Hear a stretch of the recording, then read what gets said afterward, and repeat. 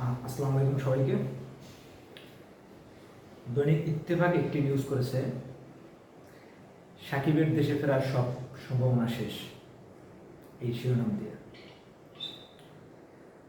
আর সেখানে বিস্তারিত দেয়া আছে। সাকিব আল হাসানকে বাংলাদেশ ক্রিকেট দলে নেয়ার জন্য ক্রিকেট বোর্ড চেষ্টা করছিল সাকিবকে বাংলাদেশের ক্রিকেটে খেলানোর জন্য। বোর্ডের সর্বোচ্চ টেবিলেও আলোচনা চলছিল সাবেক ক্রিকেটার খালেদ মাহমুদ সুজন, মোহাম্মদ রফিক থেকে শুরু করে প্রায় সব ক্রিকেটার জাতীয় দলের সাকিবের প্রয়োজনীয়তা কথা বলে আসছিলেন বিভিন্ন গণমাধ্যমে। এমনকি বিসিবির সভাপতি থাকাকালীন ফারুক আহমদও সাকিবের প্রয়োজনীয়তা বিষয়ে সরকারের সঙ্গে আলোচনা করেছিলেন। আমিনুল ইসলাম বুলবুল বিবিসির সভাপতি হওয়ার পরও সাকিবের কথা বলেছেন। খালেদ মাহমুদ সুজন বারবার বলেছেন সাকিবের রাজনৈতিক বিষয়টি বাদ দিয়ে তার 17 বছরের অবদানের কথা যেন বিবেচনা করা হয়। গত 15ই আগস্ট শেখ মুজিবের মৃত্যুবার্ষিকী উপলক্ষে গত 15ই আগস্ট সাকিব তার ফেসবুক পোস্টে জাতীয় শোক জানিয়ে তিনি একটি ফটোকার্ড শেয়ার করেছেন, যেখানে শেখ মুজিবুর রহমানের ছবি ও তার পরিবারের সব সদস্যর ছবি দিয়েছিলেন সাকিব। পোস্টে তিনি লিখেছেন তার পরিবারের সব শহীদ সদস্যের প্রতি শ্রদ্ধাঞ্জলি। এই একটি পোস্টে সাকিবের দেশে ফেরার ক্ষীণ সম্ভাবনা নষ্ট হয়ে গেল কিনা তা নিয়ে দেশের ক্রিকেট মহলে আলোচনা সমালোচনা চলছে। দেশের প্রয়োজনে সাকিবকে ফিরিয়ে আনার সম্ভাবনা উড়িয়ে দেয়নি কেউ। 15ই আগস্ট শ্রদ্ধাঞ্জলি জানিয়ে সাকিব কি তার দেশে ফেরার দুয়ার স্থায়ীভাবে বন্ধ করে দিলেন? সাকিবের ফেসবুক পোস্ট সরকারের নজরে এসেছে। ক্রীড়া মন্ত্রণালয়ের সূত্রে জানা গেছে এখন তার সাকিবের ব্যাপারে আগ্রহ দেখাতে রাজি না।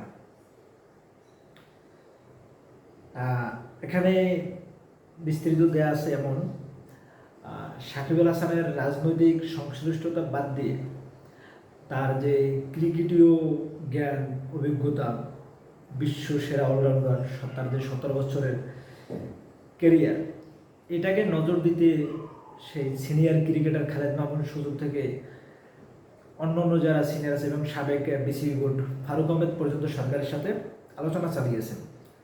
এবং এটা এক পর্যায়ে একটা সম্ভাবনা ছিল সাকিব আল হাসানকে সরকার কিংবা ক্রীড়া মন্ত্রণালয় কিংবা বোর্ড তাকে অফার করবে, তাকে নিরাপত্তার দায়িত্ব দেবে সরকার পক্ষ থেকে এবং বাংলাদেশ জাতীয় ক্রিকেট দলে খেলার সুযোগ দেবে। এবং এটা তিনি 15ই আগস্টের শেখ মুজিবের মৃত্যুবার্ষিকীতে শোক জানিয়ে, শ্রদ্ধা জানিয়ে এই সম্ভাবনাটুকু দুয়ার সম্পূর্ণ বন্ধ করলেন কিনা এ ব্যাপারে সরকারের টনক নড়েছে এবং তার এই শ্রদ্ধাঞ্জলি পোস্টটি সরকারের নজরে এসেছে।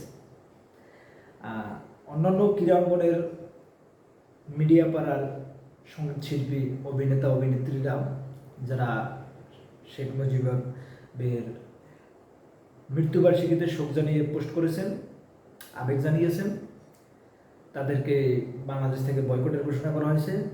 তাদের কালচারাল ফেসিস্ট হিসেবে আখ্যায়িত করে তাদের ছবিতে জুতো পেটা করা হয়েছে এবং এমনকি এখানে সাকিব আল হাসানেরও ছবি আছে, তার ছবিতে জুতো পেটা করা হয়েছে।